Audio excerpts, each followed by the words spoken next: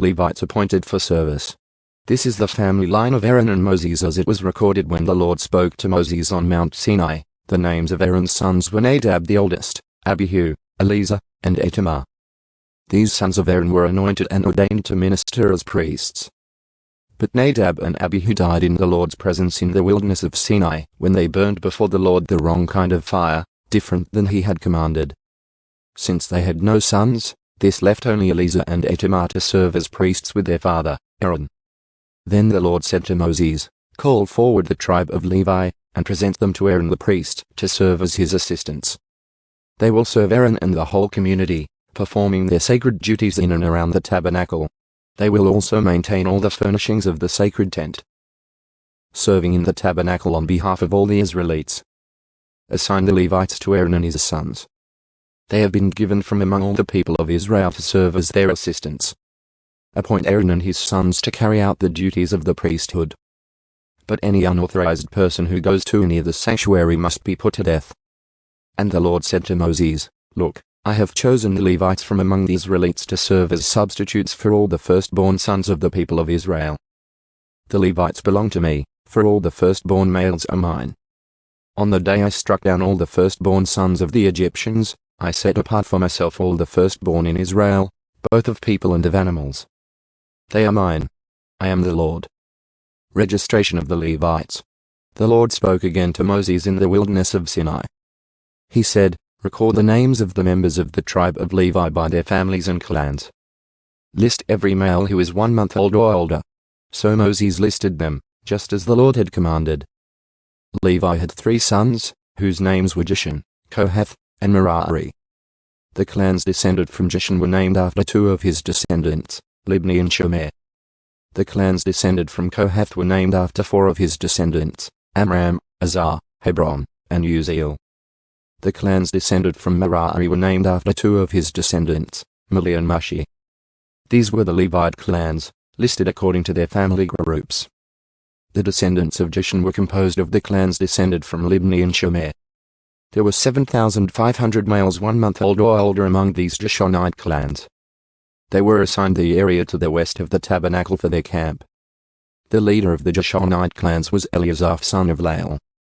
These 2 clans were responsible to care for the tabernacle, including the sacred tent with its layers of coverings, the curtain at its entrance, the curtains of the courtyard that surrounded the tabernacle and altar, the curtain at the courtyard entrance, the ropes, and all the equipment related to their use. The descendants of Kohath were composed of the clans descended from Amram, Azar, Hebron, and Uzziel. There were 8,600 males 1 month old or older among these Kohathite clans. They were responsible for the care of the sanctuary, and they were assigned the area south of the tabernacle for their camp. The leader of the Kohathite clans was Elizaphan son of Uzziel. These 4 clans were responsible for the care of the ark, the table, the lampstand, the altars, the various articles used in the sanctuary, the inner curtain, and all the equipment related to their use. Eleazar, son of Aaron the priest, was the chief administrator over all the Levites, with special responsibility for that oversight of the sanctuary. The descendants of Merari were composed of the clans descended from Mahli and Mushi. There were 6,200 males 1 month old or older among these Merarite clans.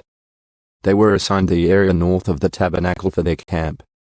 The leader of the Merarite clans was Zuriel son of Abiel.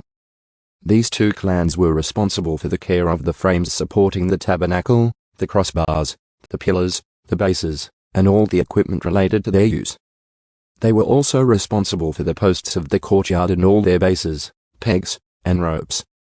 The area in front of the tabernacle, in the east toward the sunrise, was reserved for the tents of Moses and of Aaron and his sons, who had the final responsibility for the sanctuary on behalf of the people of Israel.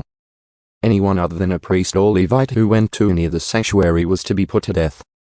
When Moses and Aaron counted the Levite clans at the Lord's command, the total number was 22,000 males 1 month old or older, redeeming the firstborn sons. Then the Lord said to Moses, "Now count all the firstborn sons in Israel who are 1 month old or older, and make a list of their names. The Levites must be reserved for me as substitutes for the firstborn sons of Israel. I am the Lord. And the Levites' livestock must be reserved for me as substitutes for the firstborn livestock of the whole nation of Israel. So Moses counted the firstborn sons of the people of Israel, just as the Lord had commanded.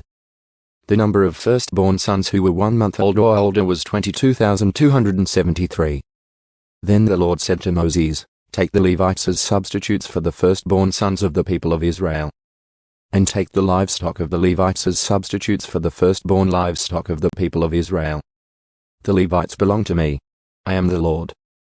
There are 273 more firstborn sons of Israel than there are Levites. To redeem these extra firstborn sons, collect 5 pieces of silver for each of them, each piece weighing the same as the sanctuary shekel, which equals 20 gerahs. Give the silver to Aaron and his sons as the redemption price for the extra firstborn sons." So Moses collected the silver for redeeming the firstborn sons of Israel who exceeded the number of Levites. He collected 1365 pieces of silver on behalf of these firstborn sons of Israel, each piece weighing the same as the sanctuary shekel. And Moses gave the silver for the redemption to Aaron and his sons, just as the Lord had commanded.